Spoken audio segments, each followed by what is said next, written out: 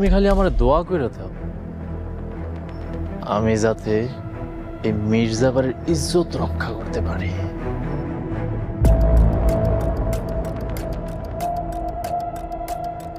দোয়া করে দাও খালাজা, আমি যেন ছলে বলে কৌশলে তোমাকে দুই পরিবারে চিরতরে ধ্বংস করে দিতে পারি।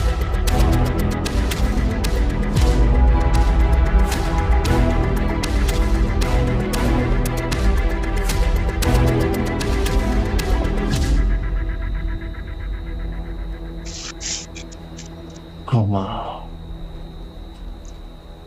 যত ইচ্ছা ঘুমাও, কয়েকদিন পর আর ঘুমাইতে পারবা।